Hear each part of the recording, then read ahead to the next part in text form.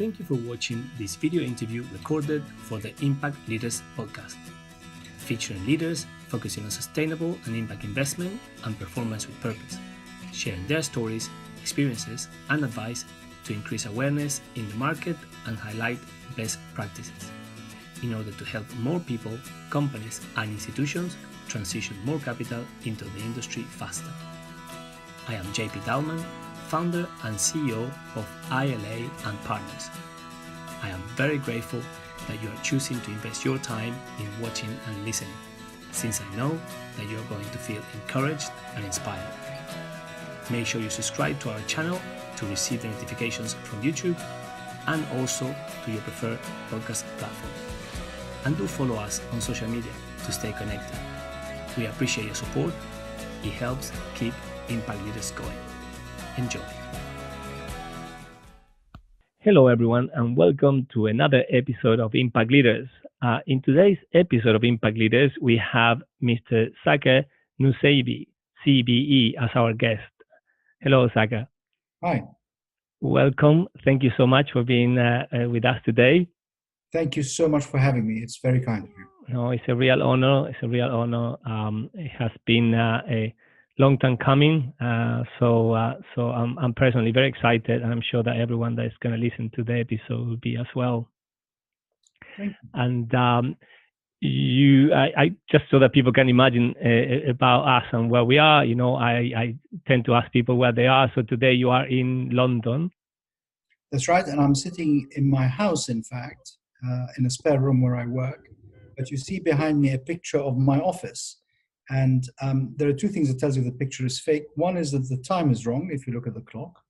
And the second one is, to get this picture, you'd have to imagine I'm actually sitting on my desk facing the back wall rather than looking out from my desk where I normally look at. But you get to see a bit of St. Paul's, and it means that you don't see the mess behind me in my room. Yes, very good. And you were sharing with me that you were just coming back from Spain as well, which is so we catch you fresh. Yeah, I was very lucky, and what a wonderful place it is. Very nice. Very nice. So, as an introduction to the podcast, I share a short bio by yourself, so that people that do not know you get the benefit to have a bit of the background. So I will quickly read this introduction. So Mr. Saker Nusseibeh CBE is CEO of the international business of Federated Hermes, appointed November 2011, and he joined in June 2009 as CIO, Chief Investment Officer. He's also a member of the Federated Hermes executive team. Prior to this, Mr. Nusseibeh was Global Head of Equities at Fortis Investments, having previously been CIO Global Equities since 2005. And before this, he was CIO of Global Equities and Head of Marketing for SGAM UK. This followed the acquisition of the Trust Company of the West, where Saker was Managing Director, running global and international strategies, as well as the London office. He started his career at Mercury Asset Management back in 1987. He's founder of the 300 Club and was an inaugural member of the CFA Institute's Future for Finance Advisory Council from 2013 until 2019. He is a member of the IIRC Council, the FCA PRA Climate Financial Risk Forum, the United Nations Environmental Programme Financial Initiative Steering Committee, the Banking Standards Board, the UK National Advisory Board on Impact Investing, and the Advisory Board of the National Youth Orchestra. In 2018, Mr. Nusseibeh was named CEO of the Year at the Financial News Asset Management Europe Awards. He was a BA and PhD. So he has a BA and PhD in medieval history from King's College, University of London. And finally, very proudly, he was awarded CBE Commander of the Order of the British Empire in the Queen's 2019 New Year's Honours List for services to responsible business and finance. Very good, very good. Congratulations on that last point. Thank you very much. I'm very proud of it. Thank you. Yeah, very, very nice. I mean, you have done so much in your career, which is spanning now, what is it, 33 years. Yeah, 33 years. Fascinating. And there is so much more. There is no including here, right? We could read, I guess, another page at least. But is there anything that I should add to that? None. I think other than to say that I'm very lucky. I joined asset management when it wasn't quite the established business it is today. And I've seen it come through a huge period of change and development. And in this, I've been incredibly fortunate, as I say. Yeah, very nice. And I think we'll talk about your history a little bit more as well later. But I think I may as well add here that I think you came to England when you were 15. So actually, and to study, and then from that on, you have become fully British.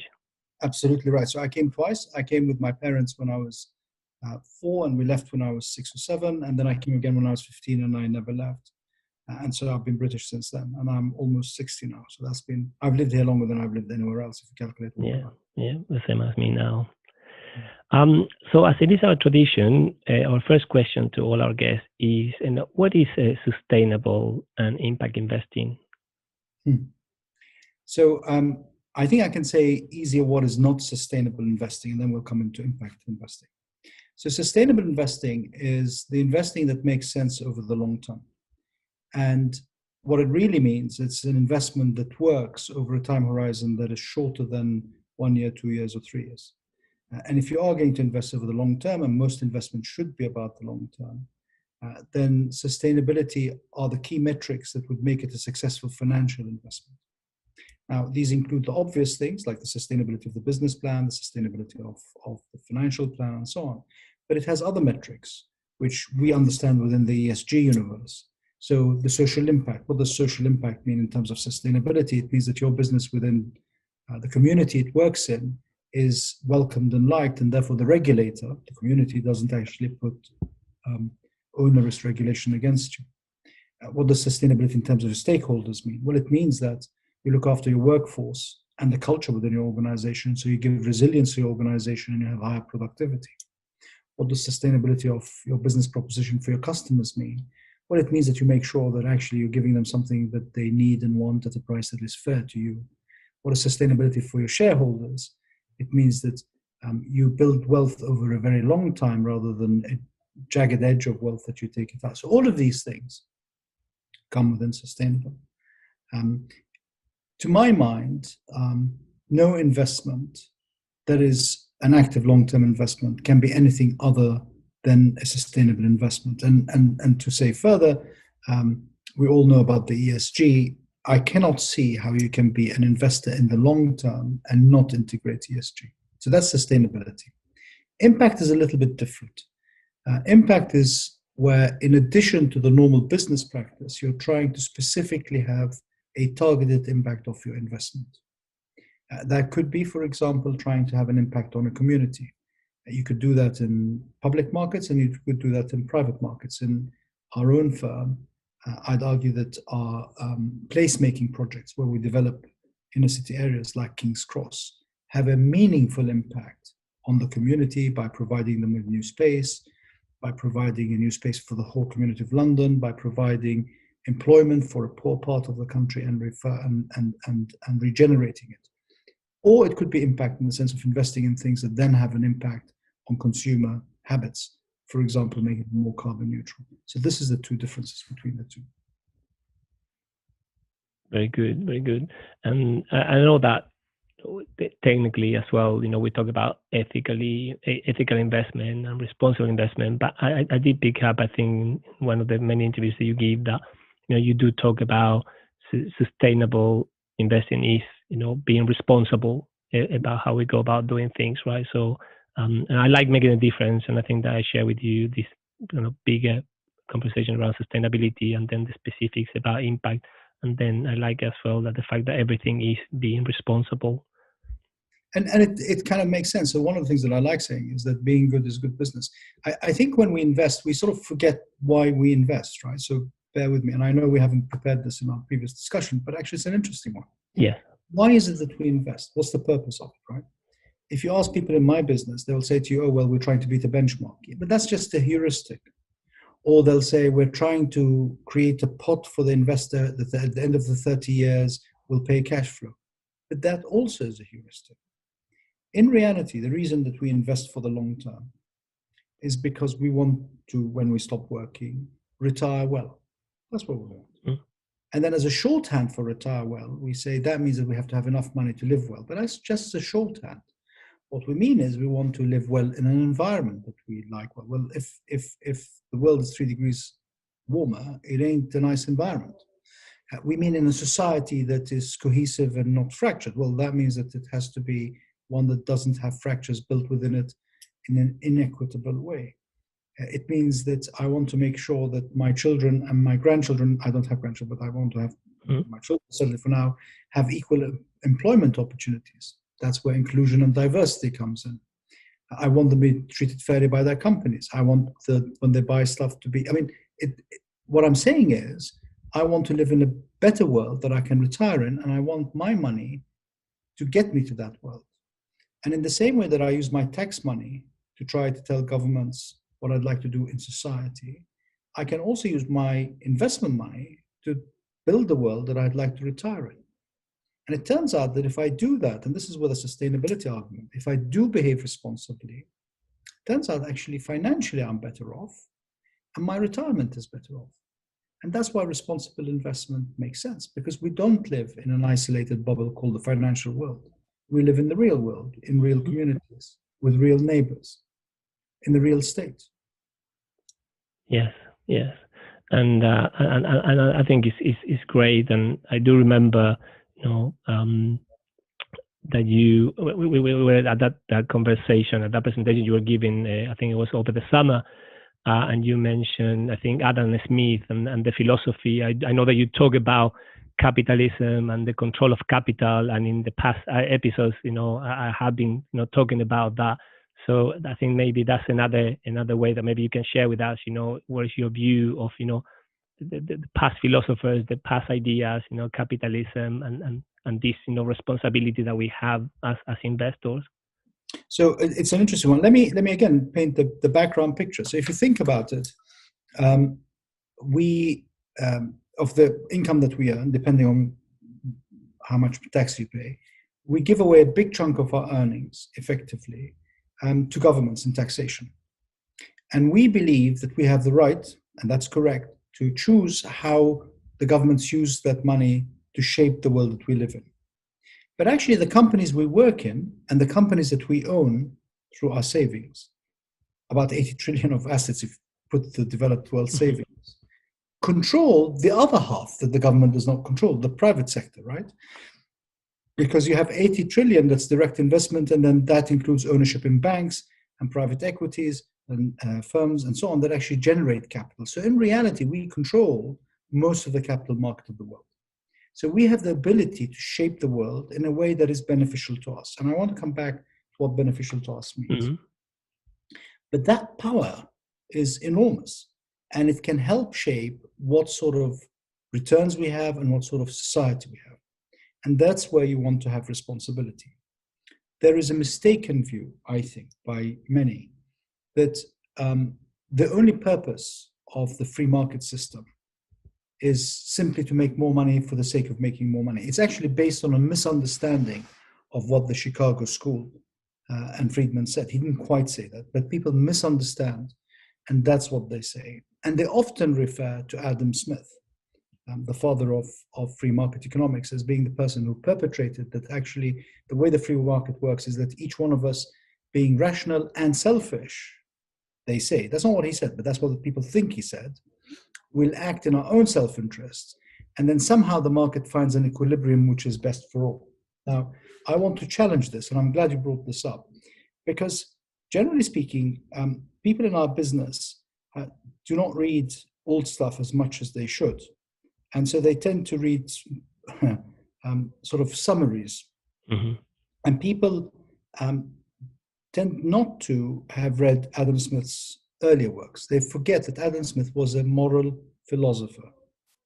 Moral philosopher, right?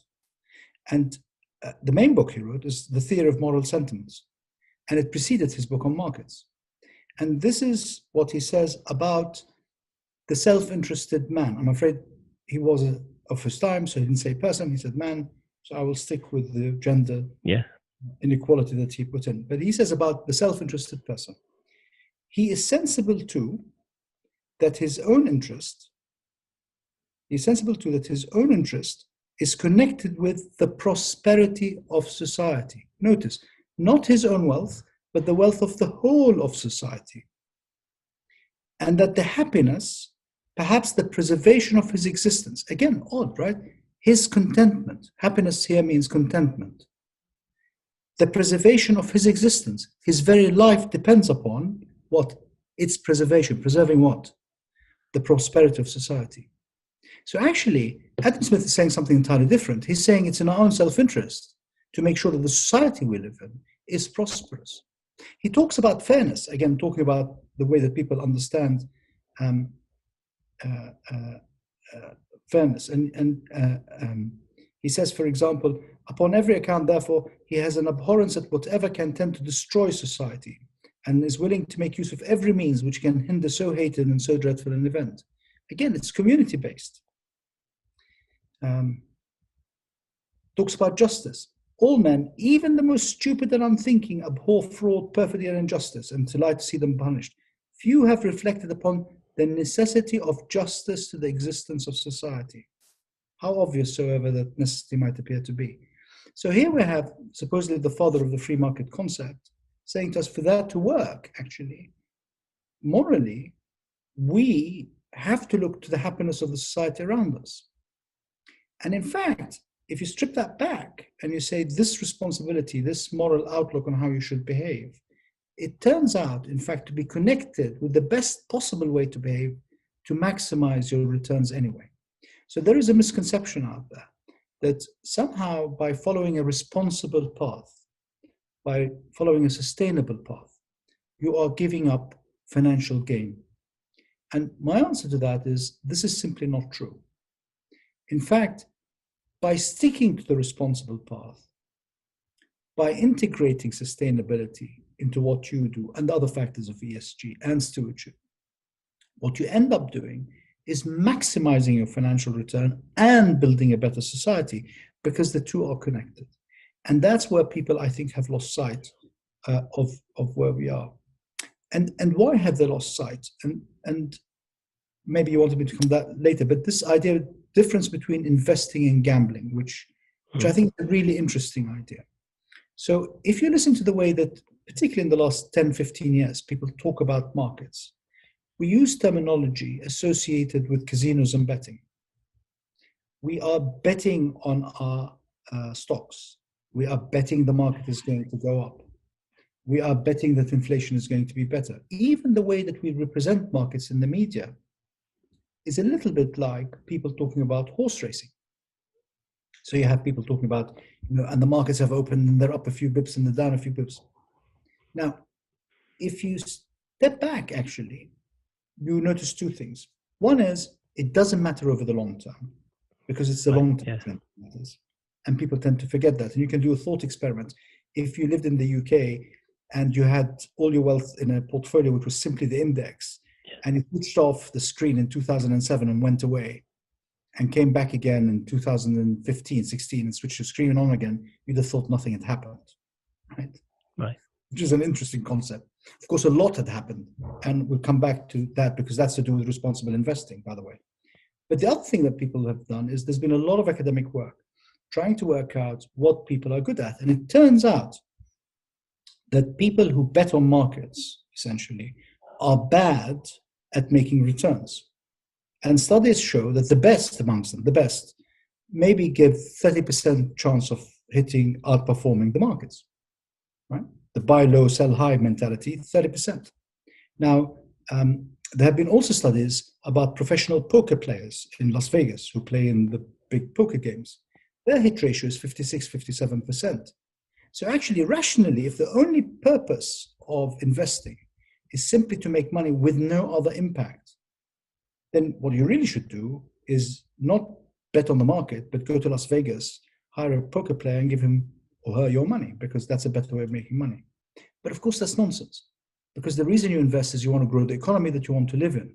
That's the first one. And then let's go back to this thing about, what is the purpose of investing and why it is a mistake to think about the markets have done nothing between 2008 and 2007, because every investment you make has an impact on your life, not just on your portfolio, but on your life.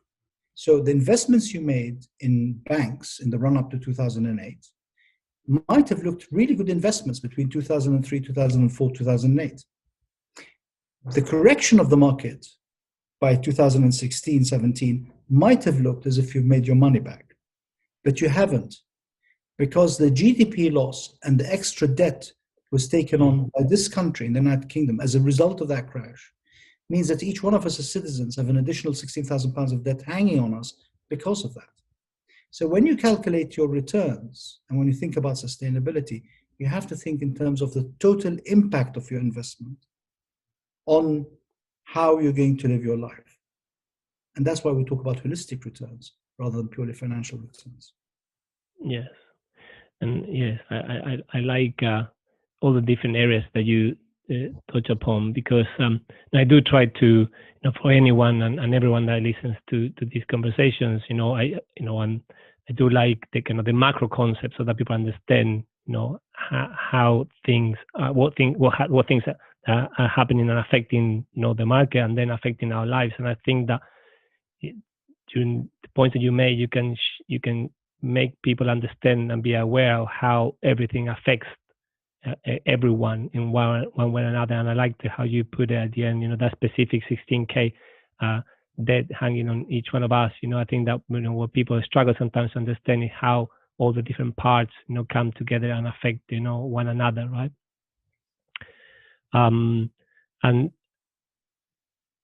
And I personally asked you that question because I thought when you talked about it at that presentation in the summer, that it was very, very interesting to see a kind of interpretation that people can make on the loss, the loss of economy, or the invisible hand, etc., and how then it becomes a reality. And then one last point, and we'll continue with other points, but it was when you mentioned that if you went away on 2007, I think you mentioned, then came back. Maybe, and you do talk about this and a few conversations as well, is maybe on financial terms, your portfolio and your bank account will look like, actually it's been really good, decade plus, right? But there are other factors and other things that have changed completely. And that's, I think, the point that, at least that's my perception and my feeling right now, that before the last couple of years, especially this year, of course, there was still, and I'm going to use a big word here, almost like a sense of immortality of the world. That all that mattered was to make money, because the more wealth you have, the better off you are, and the more you can enjoy life. But then all of a sudden we have the reality that you cannot really enjoy anything if you cannot even move around the world, right? Which was kind of the kind of the big ice bucket in 2020. So if I may, COVID is also interesting in another way, which is it generated a debate, right? Which is an interesting debate, which is, what do we as developed societies care about? And it particularly is within developed societies, much more developing. What is priority? We care about the life of all citizens, including, by the way, citizens who are not economically productive. I mean, that's what pensioners are in harsh economic terms, right? Yes. Do we care about citizens' lives, or do we care just about pure financial economic growth? Now, societies have chosen that we care about all citizens. In some parts of the world, perhaps more reluctantly than others, because there's a tension. But by and large, most people kind of instinctively veered towards that. And I would argue that's because Adam Smith got it right when he said, looking at people, at mankind, there is an imperative, in fact, to look after your community. That is inbuilt in us. He argues, in fact, it's actually inbuilt in us as human beings. And that is how free market societies should work. And we've simply forgotten. Mm. Mm. Very good point. So thank you so much for those initial reflections. I think that that is something that I think people will find very valuable, if anything, just to rethink about how they are operating and investing from their own values.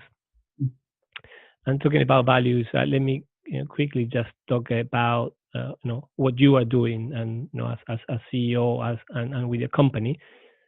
So about your company, let me just give a quick introduction. And I do recommend to people. We did an interview with a former colleague of yours, Mr. Parry, in the past. So we talked at length as well about Hermes at that time, which was a slightly different make. But now, basically, we have Federated Hermes, which is a global leader in active, responsible investment, and is guided by the conviction that responsible investing is the way to create long-term wealth. You provide specialized capabilities across equity, fixed income, and private markets, in addition to multi-asset strategies and liquidity management solutions. And through your pioneering stewardship services, you engage companies on strategic and sustainability concerns to promote investors' long-term performance and fiduciary interests. And it says that your goals are to help, as you mentioned before, individuals invest and retire better, help clients achieve better risk-adjusted returns, and to contribute to positive outcomes in the wider world. And in 2018, there was a significant event since I think Federated investors acquired a majority stake. So all activities previously carried out by Hermes Investment Management now form the international business of Federated Hermes. And there's some more specifics around when you rebrand there as well, but I'll stop there for now. So the question here is like, what else can you tell us about your company, and what is it that you're doing, on the back of everything that we just discussed in the introduction? So let me break it down to three things, actually, if I may. The first thing, I want to tell you who we are. Yes. And then what we do. Yes. And then why the merger was such a unique merger in the history, or acquisition, in fact, it's not a merger, Right. in the history of this management. So the first one is who we are. And people talk about companies like, again, this idea that we live in silos. A company is simply a collection of people. Right, yeah. Men and women coming together, essentially to work together. So who we are is about who we as a team are as human beings. And we are a group of people who have come together because we have a shared set of values. And we have a shared assumption. The shared assumption that we have is that it's possible in the financial sector to combine being really technically excellent at what you do, while at the same time being truly a decent human being. We call it being nice. Mm-hmm. And that's why for years, we've been paying half our bonuses to employees, including myself, based on behaviors, not just on profitability or on technical achievement. So that's what we want to be. In terms of the shared values, we are all aware that people in finance forget who the end owner of all the assets that we manage are.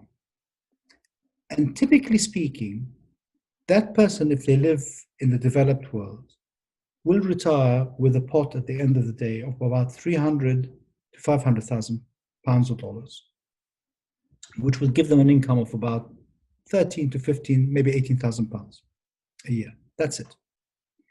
And within that, what we do with their money to build their retirement pot and the world we create for them matters. So the impact of our investment echoes. And we have to understand, in many ways, the law of small numbers. Mm-hmm. not just the law of big numbers. People in my business often talk, we run 500 billion, we run Yes. a billion, we run yeah, but our clients at the end of the retirement pool are going to have 500,000. The rich ones, a couple of million. And if you take that into a monthly income, it's not trillions. And keep that in mind, because if you think about what the world is going to be like, you have to make sure that that amount gives them a happy, a content retirement. And to achieve that, we believe the way to do it is to behave responsibly. And that, to our mind, means two things. One is to be long-term, whatever you do, not short-term, not betting, but investing. And the other one is to integrate both ESG and stewardship in what we do. Why do we believe in high active share? Because actually that means that we differentiate our investment, we concentrate on companies that we can have long-term relationships with. Why do we believe in stewardship, our EOS business? Because we believe we have to have long-term conversations with companies that doesn't say to them, I don't like your business, I'm going to sell you, or you haven't achieved next quarter's results, I'm going to sell you. Much more about, we are in this for the next 10, 15 years together. Let's talk about how to make this a sustainable wealth creation exercise. And we think to do that, you achieve outcomes which are outside the norm. And we separate ourselves, if you like, from those around us in two ways. The first one is, to my knowledge, we're the only asset management company that has a personal pledge by every person who joins us that talks about things other than just making money for the firm. All things you'd expect us to talk about, that we should be talking about as an industry, putting the interests of our clients before our own profitability, for example, being open and transparent with all, advocating for the environment, giving back to the community that we live in. That's part of being within this wider community. And that, I think, differentiated us. And at the same time, we, as you mentioned at the beginning, have always been pioneer in what we've done. So we've integrated ESG before everybody else did. We effectively invented the stewardship business, EOS. Now we have more than $1 trillion of assets under management. And we are moving into impact. We were there at the beginning with stuff on impact in private markets, and then in public markets, and so on. Now, what's unique about the sale to Federated Hermes? We were 100% owned by the BT pension scheme. We started off as the in-house manager of the BT pension scheme. And it became clear to the management team, our management team, that as the BT pension scheme matures, we should, at the end of the day, move out and find another set of owners. So we went out and we looked for another set of owners. And we found that potential buyers came down into three categories. There was a sort of buyer who just wanted to buy our book of business. And these people, by the way, were not interested in what we do. They just wanted to buy the book of business. That is typical of a lot of M&A activity in asset management. We found there were some buyers who wanted a strategic footprint in Europe, particularly North American guys. Okay, they were interested generically in us, but not in us specifically. And there were very few buyers who wanted us because of our skill set. And the one who was closest to us in terms of culture and aspiration was Federated out of Pittsburgh. And it was an extraordinary marriage of culture. And why did they buy us? They did not buy us because we have equity. I mean, if you look at our assets under management, we're about 35 billion pounds. It doesn't really move the needle for them as much as another acquisition might have done. But what they were buying was our IP, if you like, our knowledge of integrating ESG. And so the first thing we did post 2018 is we built a responsibility office in Pittsburgh, identical to the one we have in London. And we are unique in having something like the responsibility office, which is pari passu with a CIO office that is responsible for integrating ESG and for integrating stewardship. We built that over there. We expanded our EOS business. So this is, to my mind, the first time that there's an acquisition in the asset management business at scale that's equivalent to this, that's purely buying IP. But not any IP, purely buying responsible investment IP. That's an extraordinary thing to have done. And I'm very pleased with the acquisition, and I'm very proud to be part of the team that helped make Hermes. And I'm very proud to be part of Federated Hermes as a bigger team, because actually we're now a bigger group of people who believe the same thing. And I will say one thing about the brand. Typically, when a company acquires another in our business, the acquired company, the one that's been acquired in its own local market, becomes, if it's called, for example, Dallmann Asset Management, it'll become, let's make it up, it'll become Saker Dallmann Asset Management. And if Saker is the company back, the acquirer, after a while, the one that's been acquired becomes, it goes Saker Dallmann Asset Management, and then suddenly you drop the Dallmann. Right? This is an odd acquisition, because what happened was Federated Hermes acquired us, and they were called Federated. They changed their name to Federated Hermes. Why? Because they're signaling to the market that this is a merger of culture. And to do that, and before they did that, they ensured two things. One is that ESG has been integrated in the vast majority of the portfolios by the time we did the change. Secondly, that the employees had signed the exact same pledge that we have. Notice, it's the personal pledge. We're not talking about books of business. We're not talking about sales capabilities. We're talking about values. We signed the same pledge. And that then brought us together into this Federated Hermes, which then becomes the leader in ESG integration. So it's a story of values and people, not of finance and books. But it turns out it's a way of making more money too. Yes, very nice. And we were saying before, just they say every person I meet in your company, is an outstanding individual and professional, and so I can attest, for what you're saying. We were talking about Andrew Parry before, and Tim Crockford, and Hans Christoph Hurd from the EOS business as well. Yeah. So everyone. So everyone is very, very special, and it's interesting because I think that I picked up a couple of notes, and interviews and articles as well that people wrote about you, and I think there was one where they mentioned an FT about this oath that you actually proposed to the whole market, should take on, a bit of comparing to like the oath of the doctors, and trying to make people understand on the investment side that there is a real duty and responsibility. So it's a very interesting point, and I do want to come back just a little bit. I don't want to make this a conversation about acquisition, but I think that some of the other CEOs will appreciate your insight.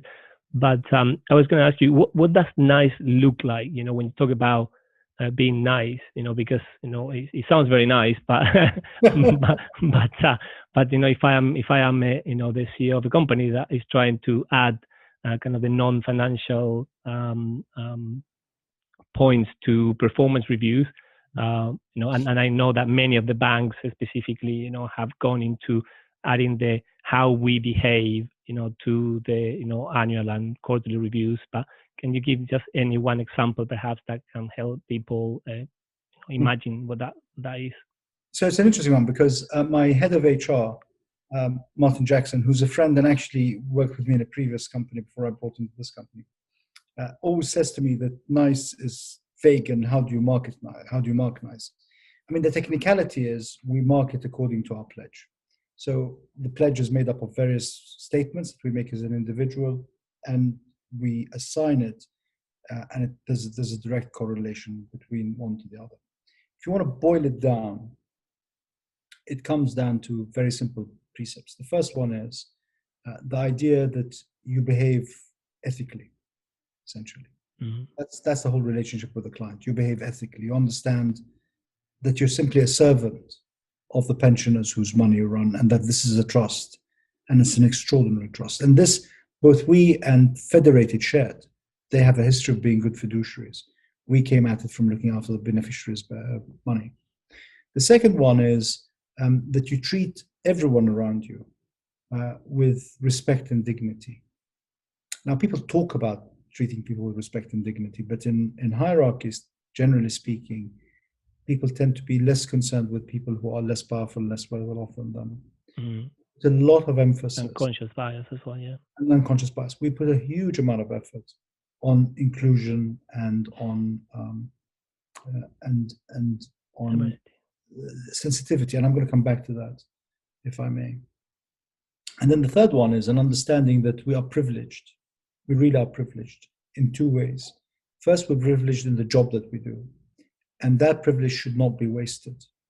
If you have power, if you have authority, you should have the responsibility that goes with authority. And so that's why we are always innovating how we could use this power in finding better ways to invest in ways that are better for everybody. And the second one is we're privileged because of how much we get paid and where we are. And that we should therefore reach out and help those around us. It has always been, I mean, you can see St. Paul, for those of you who can see the video behind me. Yes. And the city of London is the richest borough in the country. But right next to us is Tower Hamlets. And that's one of the poorest boroughs in the country. Now, lots of people write checks, and there's nothing wrong with writing checks. But one of the ways that we, in fact, judge whether you're being nice or not is how much you give of your own time to help people in the area that you live in and so on. And we do this in a variety of ways. We encourage people, for example, from our executive staff to go and give children from the private schools one-on-one lessons in either maths or English or any other subject that they need to be helped with.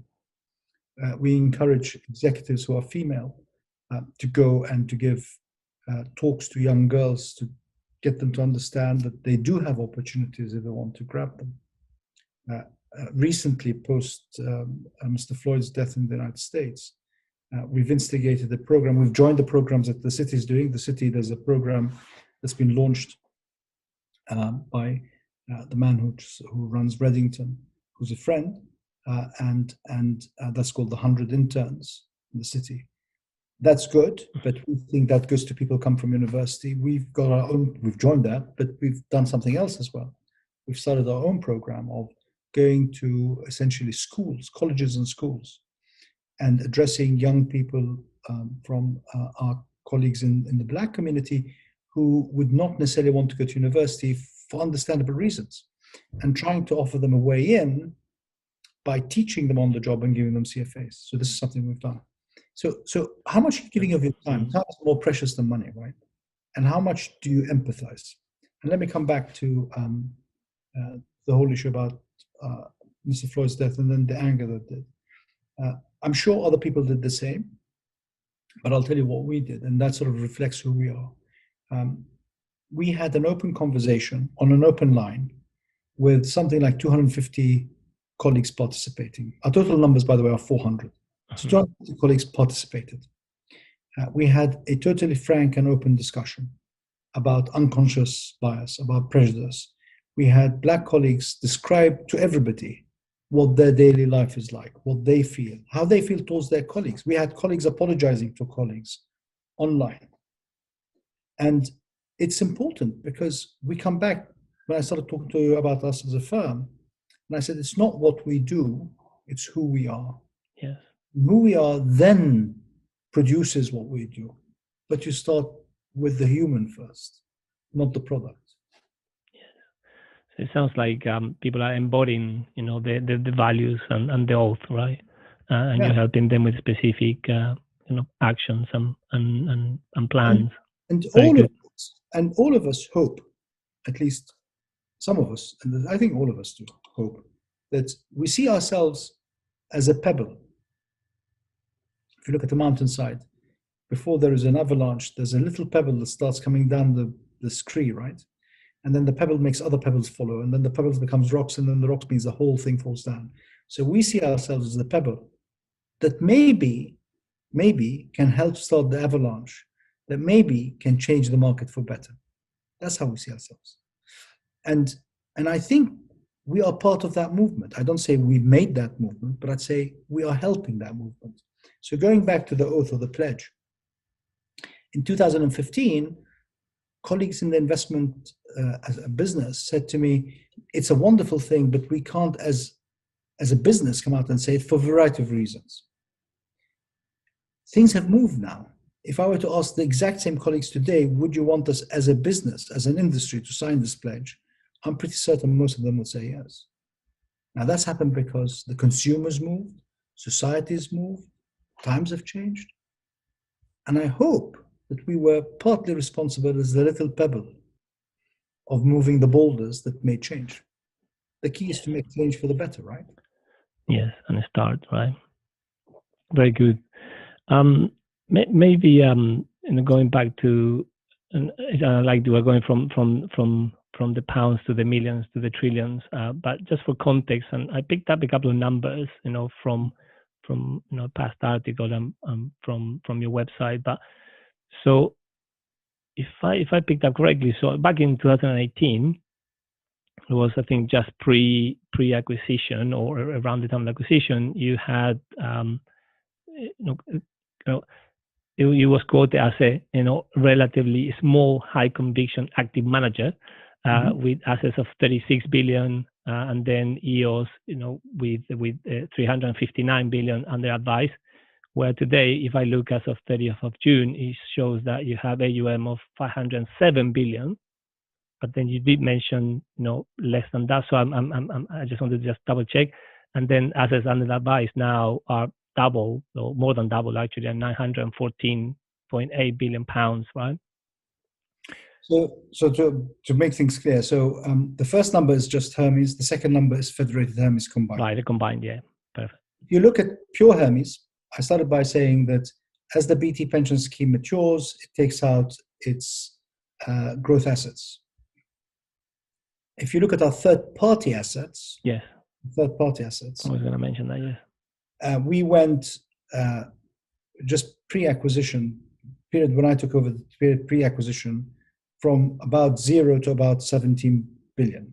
If you look at our income, when I joined, there was about 7% of our income was not from the BT pension scheme.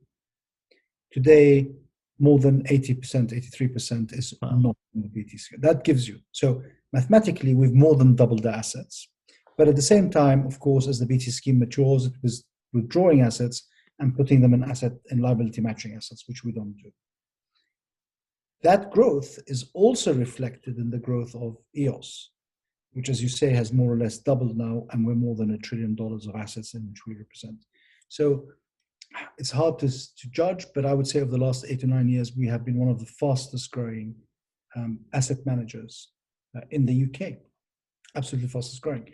And the fact that we've maintained a positive momentum, even though we've lost assets to BT, who've put the money in liability matching, actually shows you just how much we've grown, right? Yeah. Because once upon a time, when you looked at us and we were 35 billion, that was all BT, right? And now they're a very small part of it. And that is, I'm still a big part, but much smaller than they used to be. And that is the shift that we've seen in the growth of third-party business. In combining with our parent, our combination is much bigger. And our combination together is now growing at more than market is expecting because, of course, we have something to offer that the market wants to buy, which is this integrated ESG asset base. Yeah. And that links nicely with, talking to your customers and growth, so how do you grow? You have a very strong distribution as well here. That's another conversation, and then combined with the US now. And what do your clients ask you? What do they come to you, or how do you approach them? It's like how have you managed to grow in this way? So I think you again split into 3 parts, if I may. The first part is, it is clear that with the growth of indexation based on pricing, that the whole middle section of what used to be called active management, which was really just smart beta in disguise, would wither away and die. And that's what happened to a lot of funds in the UK and a lot of asset management houses' accounts in the UK, and why you've seen some mergers between giants to try to capitalize on the distribution. Within that context, what we have always offered our clients is a differentiation of very high active share. What does very high active share mean? It means very, very different from the benchmark. In other words, even if our clients wanted to buy benchmark, there's a place for them to buy very different from the benchmark. Why would they want to buy very different from the benchmark? Well, because all academic research that's coming out of the States, particularly about active share, led by Professor Kramer, who's now works for the University of Notre Dame. He's Dean of the Business School there, and he's been working on this for some years now, shows that high active share managers, even the ones who are not that skilled, outperform benchmark and everybody else after fees from that position. So what we offered is a unique high active share. People use the word alpha. I don't like the word alpha. It's value. And we measure everything, by the way. I didn't mention this, but I mentioned we pay half our bonuses on being nice. The other half for the fund managers is not just do you beat the benchmark. It's over a long time period, adjusted for risk and information ratio, after fees. Because your client gets the money after fees, right? And that's what you should get back. So anyway, so we offer them this high active share that then allows us to integrate ESG. So we have a whole bunch of clients who basically come to us because they're looking for pure skill. 6 years ago, 7 years ago, they weren't really interested in the ESG. They were just buying the skill. And the conversation went like this. We want to buy your emerging market fund or whatever, your property fund. And we'd say, absolutely. And they'd say to us, we'd like it because the numbers are so strong. And they'd say, why are the numbers strong? And we say, because we integrate ESG. And they say, that can't be right because surely you're giving up performance. We'll say, you've got the numbers, so you judge. And that's changed now, where we've seen people coming to us and say, we are looking for ESG. So that's one shift that's happened in the marketplace. The other thing that's happening in the marketplace is the growth of indexation. And the history of Hermes was that it launched an index fund back in 1985. And I think at the time there was only one other index fund, which was the Vanguard Index Fund, $500 million. And very quickly, the CEO at the time of Hermes, which was then called Postel, found out very quickly that you lose connection with the companies. So he thought if this grows and this will grow, you have a disconnect between the owners of the companies and the companies they own, right? And that is indeed what's happened with the rise of indexation. Professor John Kay wrote an article a few years back in the FT, and he said that basically because people don't exercise their ownership of the companies that they own, they have disenfranchised themselves so that they become coupon clippers. That's all that the share is. It's basically a coupon clip. And the ownership rights then devolve to the CEOs, which can't be right because the CEOs don't own the companies, right? And the CEOs, by definition, do not have the same long-term horizons that the owners will have. And so to meet that, we invented this idea of engagement. Mm-hmm. And this idea of engagement was not just that you vote. That is not engagement. That's just mechanical. The idea of engagement was that you concentrate on companies that you're going to be in for the very long term, and you explain to them that you have them in an index fund, for example. We also do it for active funds, but you explain to them you're in an index fund, which means you're never going to get rid of them. And you say, so we're in this for the next 15, 20 years, 30 years together. So let's talk to each other about how we can help you, the company, become better over the 30 years, not worry about the next quarter. And part of what we bring to the table is people who've been in the industry, who can negotiate and talk about the sectors, people who've been on boards and have been in executives. And what we can bring to the table as well is comparatives. We can bring examples of other companies in the same sector and what best practice looks like and help companies get better. And that business has grown for us because, of course, indexation grew inevitably because the price for the smart beta was too high. And so people went for indexation, which is possibly better value than smart beta.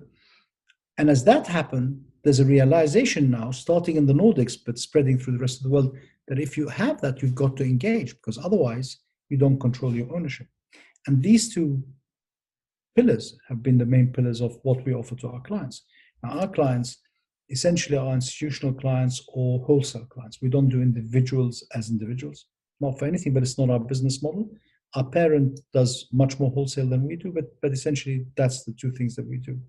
We've seen a shift more towards responsible investment.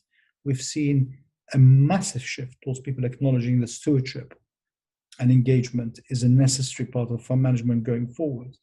And we remain the pioneers and the leaders in this. We have more than 60 people working in our responsibility and stewardship business, which is a huge team. And $1 trillion is a lot of money, by the way. Mm. And we approach it, again, differently. We concentrate on what our clients want to talk about. And we also do stewardship for funds which we actively manage and integrate that into active management. So we do something different from other active managers. We not only talk normally to companies, but we also put in the 20-year horizon. Now the question is, okay, all that is great. What does it do? So active management, I think, there has been an acceptance that academic work shows that it outperforms. We have our own academically sponsored work that shows the ESG factors outperform. We've been measuring them since 2007, by the way. And certainly the G outperforms, and the S we think outperforms quite a lot, and the E does, but the E needs more time and data. So there is value being added in that. Now, interestingly, we also measured, or had academics come out independently and measure how the performance of our stewardship business is. And that has been the most extraordinary. Because looking over time with companies that we've engaged with over a long period of time, right, we found that the companies we've engaged with which have listened to our suggestions have substantially outperformed other companies in the same sector, in the same market. So clearly, that also adds value. And that goes back to right the beginning of our discussion, when I said to you, on a micro level, stock by stock, actually integrating ESG is simply a better way of investing. And doing stewardship is a better way of enhancing value over the long term. And it all comes back to this concept that actually doing the right thing, being good, is simply good business. Yes, and you did say at one time in another interview as well that by integrating ESG, the alpha is much better, even though you mentioned that you don't like it as much to talk about it. And it's interesting to think now. So, because as you were speaking, I was thinking as a CEO of a competitor, or as you look at the market and other threats, to your business, with passive investors, or the growth of ETFs, or the challenges to the pricing and the costs, etc. Because I was going to ask you about your vision and your growth goals, but with everything you say, it's clear to me, and I don't mean to answer for you. Please add, but it's clear to me that all these threats basically are threats in certain respects, but basically they're talking to different clients. So your clients, are clients that have a specific profile, which is this kind of long-term view with a wider effect on society. So, and almost by default, there's only one place. Well, in this case, one place to go to, which is your house. I think yes, and I think we also attract people who just want to outperform. I mean, it's quite interesting. We have people come to us just because the performance is good, and that's also good, right? And we say that's fine. I think look, the whole thing about ETFs and ESG, ETFs and index funds, and now there are ESG ETFs as well. Yeah, I think people have being launched now right now. Yeah, think about why you're buying an index. You're buying an index because you're buying a market. Okay, that's just betting on directionality. I understand why people want to do it, but I'm absolutely convinced that the trend is that it'll become almost impossible for people to invest in index without investing in stewardship. And if you look at the largest index provider in the world, they also have got a stewardship business that they're building fast because they recognize that. Now, ultimately, that means that the price of index goes up, by the way.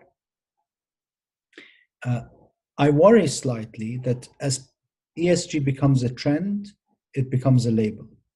Mm-hmm. And if it becomes a label, it becomes, I can tick these 5 boxes and then I am doing something. We struggled for a long time about whether we should call any of our funds ESG. And in fact, we decided not to. We have 3 called ESG because specific clients that we run the money for asked us to call it that. But we don't want to. Why did we struggle with that? Because we think this is just investment. Mm-hmm. Right? And I worry about people launching things called ESG as if ESG is something out here and the rest of the world is down here. And this is the same silo mentality that says the financial system is here, the economic system is here, and then society is here. And what we say in our investment is all one. That's how we started this conversation. Yeah. At the beginning, it's all one.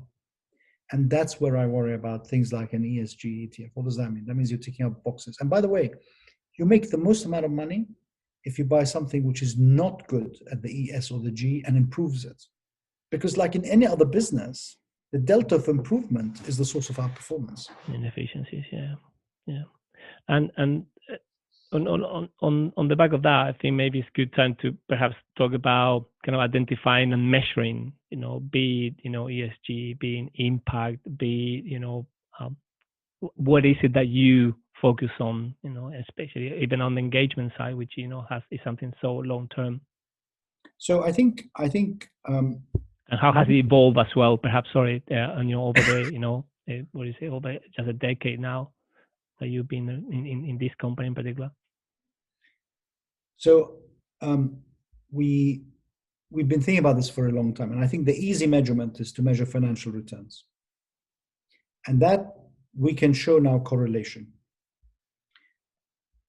But we are not quite comfortable with financial returns because we think there are other things that you should be measuring, and that's you mentioned at the beginning that I'm part of IIRC, which is the Integrated Reporting Council. Yes. So what's that trying to do? That's trying to say that we should have much more integrated reports and accounts for companies that go beyond simply the financials. So yes, the financials are the easy way to measure the efficacy of ESG, but to us, it's not good enough. It needs to go further. And we don't know the answer. We're working on it. I mean, where we differ from others is others say to you, this is what we do. What I say to you is we spend a huge amount of time and effort and thought in trying to develop what the market thinks. I mean, we treat it almost like an academic exercise, right? And we're constantly not satisfied, and we're constantly trying to innovate and come up with a better understanding, not a better product, that's just selling, but a better understanding of how the system works. So we want to try to measure holistic return, and we're working on that. But we think it is something to do with long-term return and the impact on the wider community of where your investment is. In terms of what makes ESG, can I say that this is good governance or this is bad governance or this is good sustainability or this is bad sustainability? Kind of, but it's very nuanced. And people miss the nuance. Now, in normal investment speak, if we're just doing a normal investment in a normal company, it is not controversial to say, yeah, I mean, growth is growth, but there is a nuance of understanding where the growth comes from. When we talk about ESG factors, however, it seems like the market wants to have a specific box that they want to put everything into it rather than the nuance. And I think that that is not exactly useful, because it's the nuance of the differentiation of what sustainability means, what governance means, and how it can change over time that actually adds value in reality. So it becomes more ephemeral. It's like it ultimately manifests itself in culture. Mm-hmm. And the culture is the hardest to measure. Mm-hmm. Okay, and you mentioned the IIRC, and I think that you mentioned at one point in a recent video that you did on the importance of this single standard, for reporting. I just want to double check with you, perhaps, what is that would make it happen that we can achieve this single standard? So that is an interesting one. So if you go, I did history, so I always do history, right? Mm-hmm. If you go to why we have GAAP accounting, because there wasn't a standard of accounting, and the 30s crash happened. Yes. Crash happened, and this Companies Act was passed in the UK, and a similar act was passed in the States. What did it aim to do? To give investors a reflection of what's really happening financially in the company. That's how GAAP started. Now, by and large, in this modern era, we can get that from accounts. But actually what moves companies is not just the financials, partly because there's a lot of intangible assets in some of the biggest companies. Think about the technology companies as an example. Think about even companies such as our own, where a lot of the intangible assets is in the brand and the reputation, right? So how do you measure the non-financial aspects that matter as much for the financial results as and the whole thing? You mentioned I'm on the Banking Standards Board, the BSB. That's talking about culture in banks. Now, culture in banks mattered because cultures in banks was identified as one of the reasons that the banks behaved in a way that caused the ruckus of 2008. Yes, not all there. Yeah. So how do you measure it? And clearly it's as important, if not more important, than financials. And I think there is a growing agreement and understanding among the investment community that these other items have to be looked at. The key is to get to a consensus where we move and say we want integrated reporting rather than just simply financial reporting. And we in Federated Hermes UK have been doing that for some time, and we've been improving our integrated reports and accounts, and we're trying to talk about culture, and we're trying to talk about impact and about us as a company, because what is our business? I started off by saying our business is a people business. Well, okay, you can look at the financials, but that doesn't tell you where the risk and the reward is going to be. That's much more in other things that we do. Yeah. And how far are we, do you think, of achieving something that? So we're still some way off. I mean, I think we're coming closer in that the consensus is growing, but that takes time. But I think any particular blockers or any particular things that would help? I think two blockers. The one is to agree one way of doing it, because people like to have one way of doing it. If you go back to the Companies Act, that was an act of government, so people had to do it. So if the regulator comes in and says you've got to do this, that removes a block of people doing it voluntarily. And the other one is to come at a standard. I'm less concerned about the standard. People really get worried about it because you have more than one gap, right? You have UK gap and US gap. When I started, it was even more varied than it is now. It's coming closer together. So as long as there's at least within a region an agreement of what such reports should include. 1, 2. Okay. And I guess, the EU is kind of helping and somehow, putting us ahead in Europe, at least, right? So the EU seems to be accelerating a trend much more than anywhere else in the world, both in integrating responsibility and in pushing towards this concept in accounting, which is slightly more different, because I think they think it's quite rightly a better way of understanding business. Yes.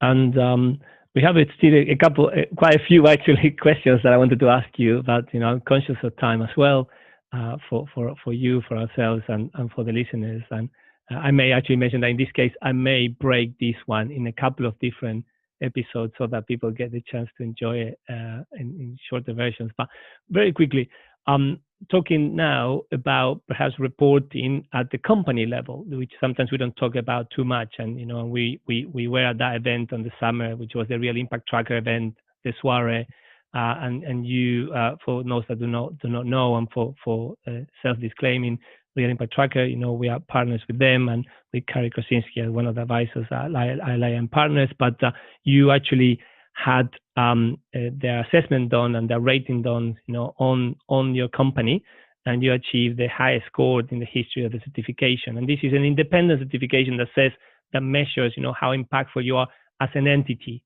right? How important is to do this for companies, you think, and to start with? So there are two answers to this as well. Let me start with where we left off, which is talking about reports and accounts.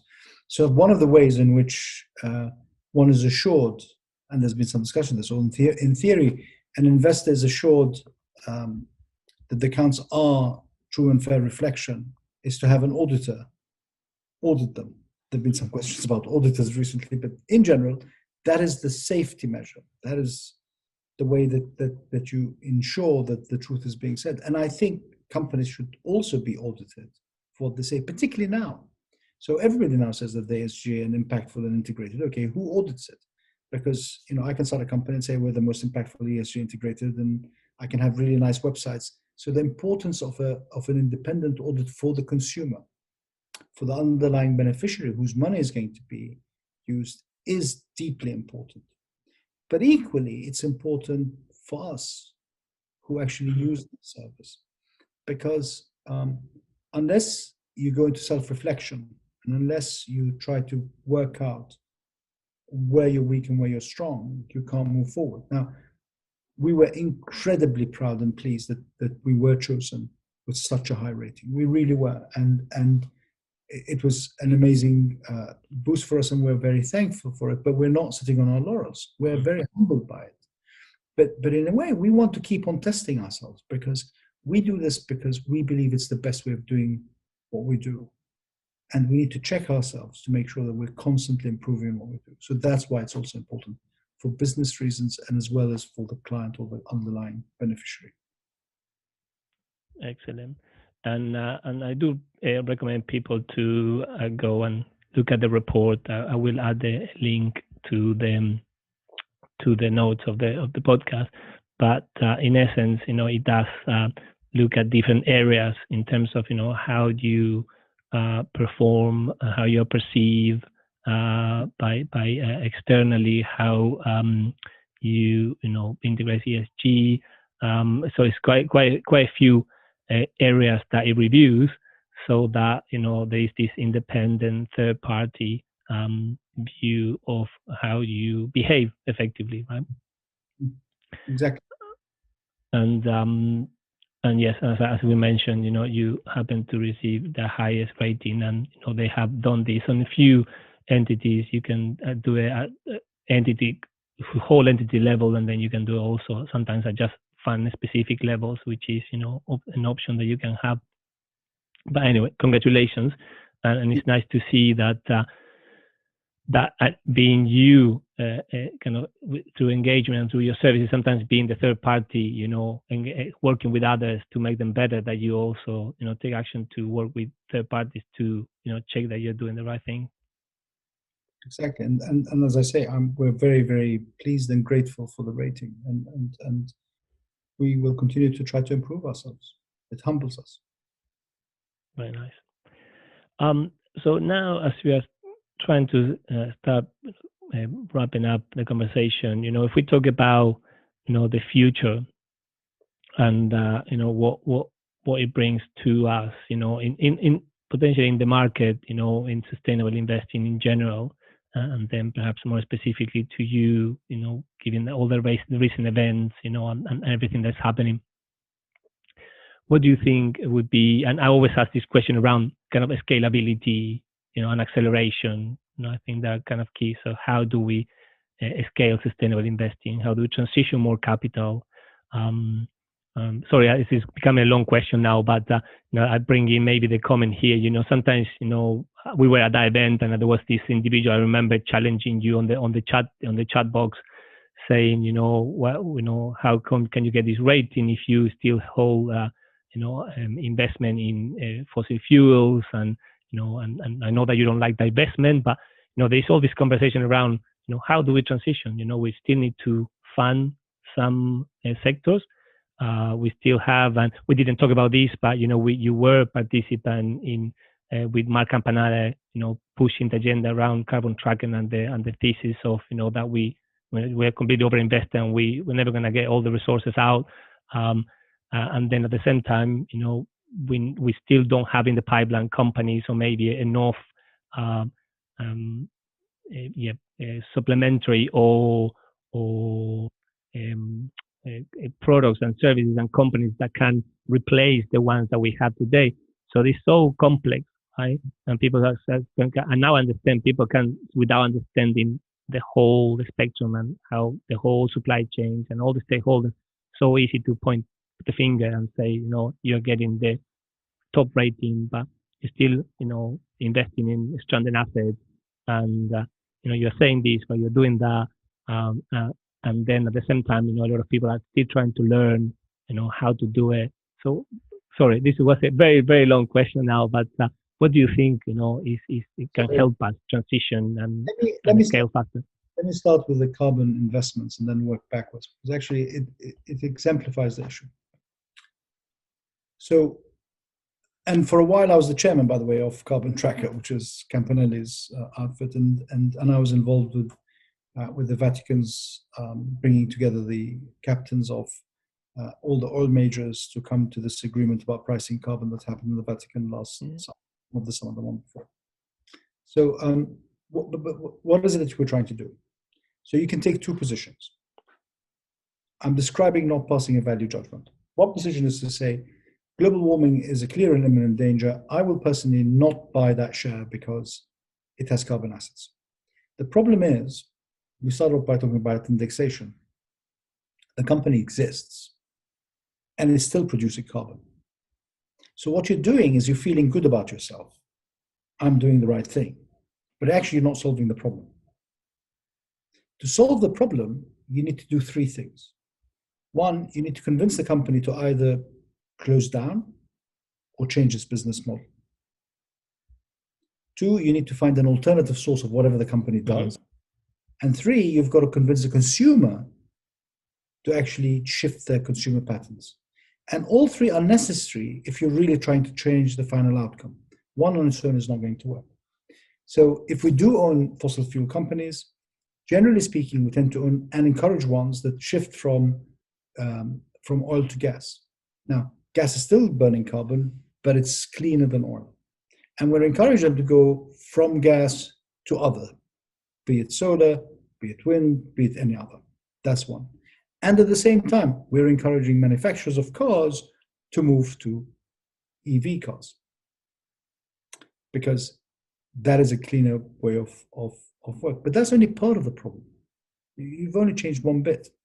We work and advocate with the regulators to make city centers, and you've seen this increasingly in Europe, here in the UK, more EV focused, more pedestrian focused, less fossil fuel car focused. Okay, so you've dealt with that. You still haven't dealt with the rest of it.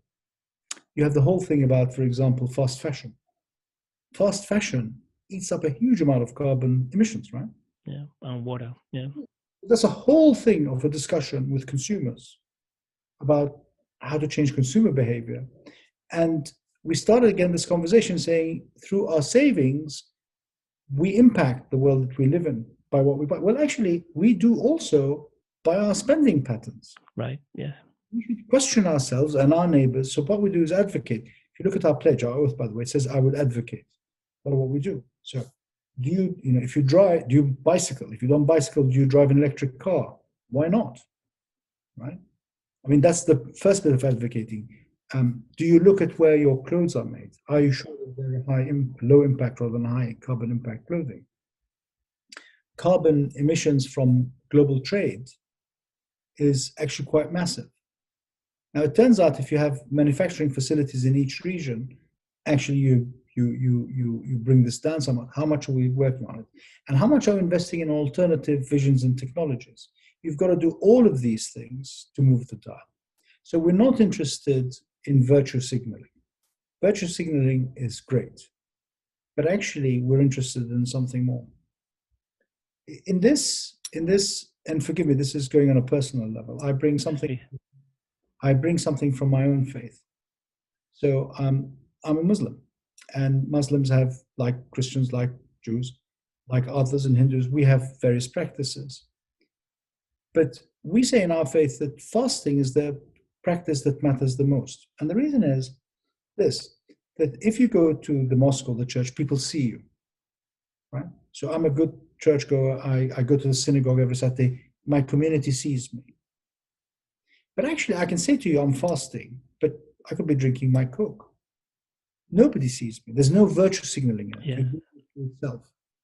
And to my mind, trying to change things is about change, not about virtue signaling. So that's the first point. The other point is change happens over time. It doesn't happen suddenly. You reach a tipping point and then the tipping point goes. When Campanelli started, I remember going to the Bank of England and meeting with Mr. Andrew Haldane, who I have a huge amount of respect and time for, huge amount. And he understood what we were saying, but in our first meeting, he wasn't convinced it was a financial matter. He thought it was much more a societal matter. Now, he looked at it and he's changed his mind, and he's moved markets to change their mind. If you look at responsible investing, Professor Kay has moved to a position which is close to what we believe in. So what's happening? What's happening is that actually we're beginning to have societal movement. And if you look at generations, the younger generation, not my age, but my daughter's ages, are much more concerned about these issues of fast fashion versus not fast fashion and making a change with their consumer behaviors. And meat versus not meat. I mean, again, meat is a big reason why we have carbon.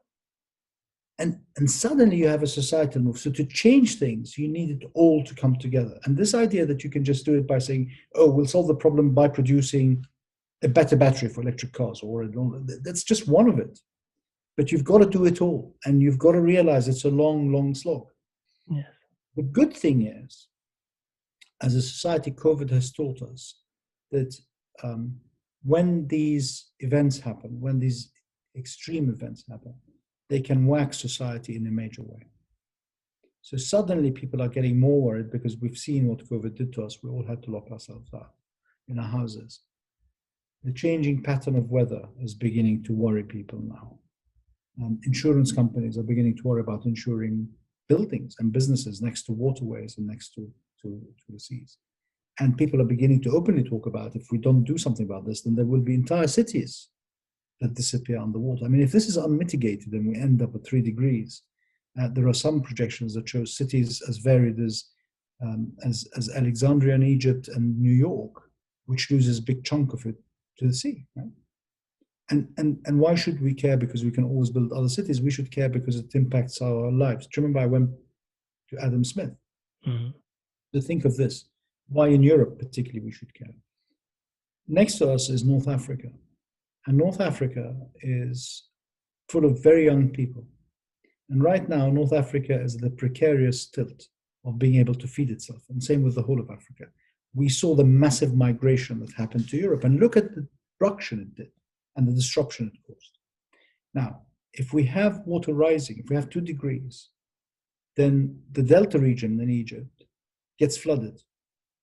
There's 100 million people who live in that country, and they're not going to have enough food. We saw what happened when the lakes in Central Africa dried up and the migration that came up to North Africa and then through that to the rest of Europe. It is in our interest on all levels to actually deal with this danger. The problem has always been it's long term, and people have delayed trying to deal with it. Yeah. Or they want a solution which is a one-pill solution. You do this and it's solved.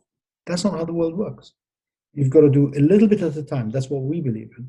Little changes at a time that make sense to everybody, and you've got to be long-term.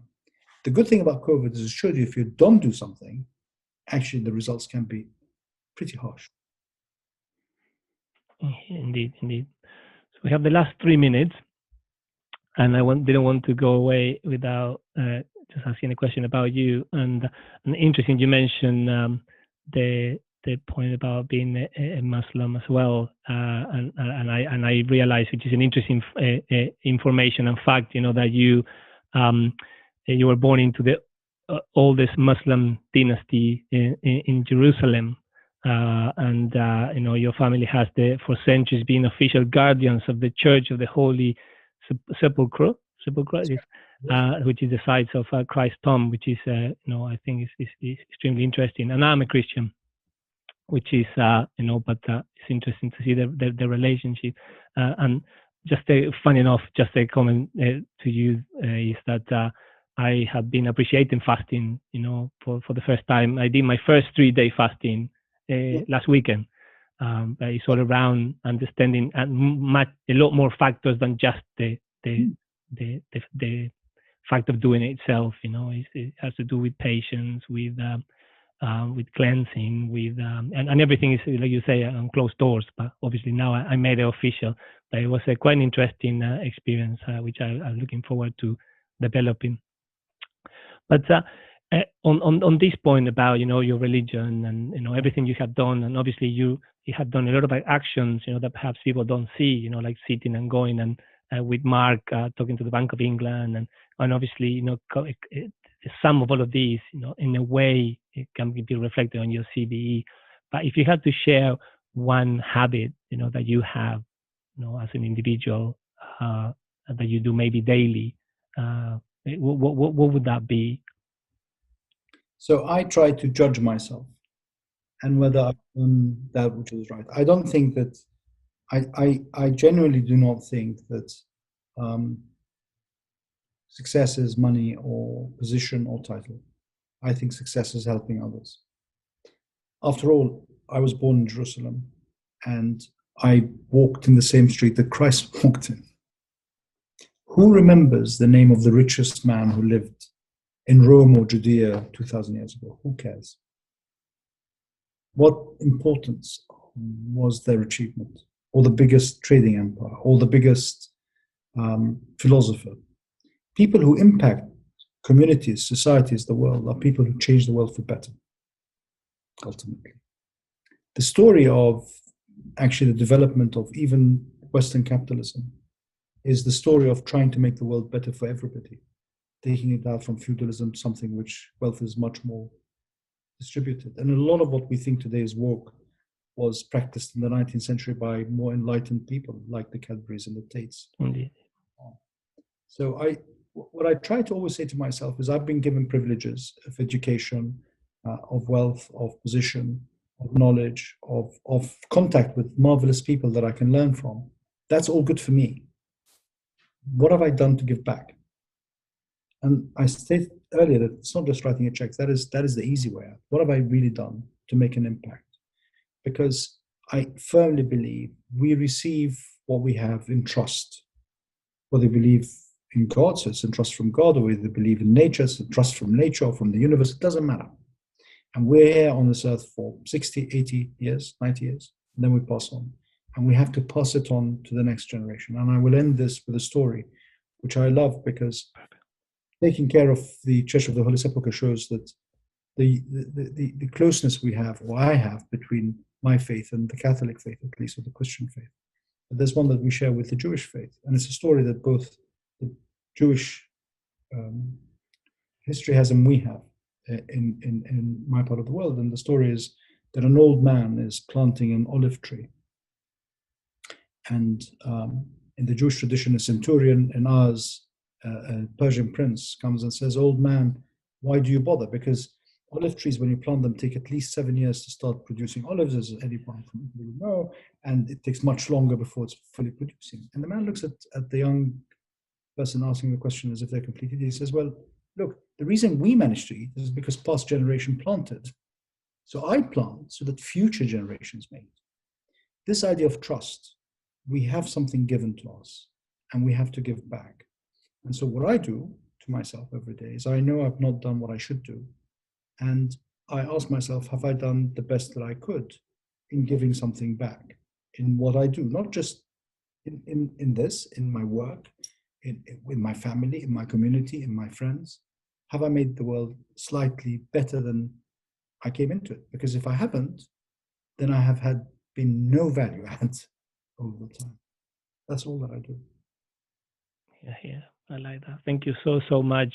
How can people get in touch with you, Saker, if they need to?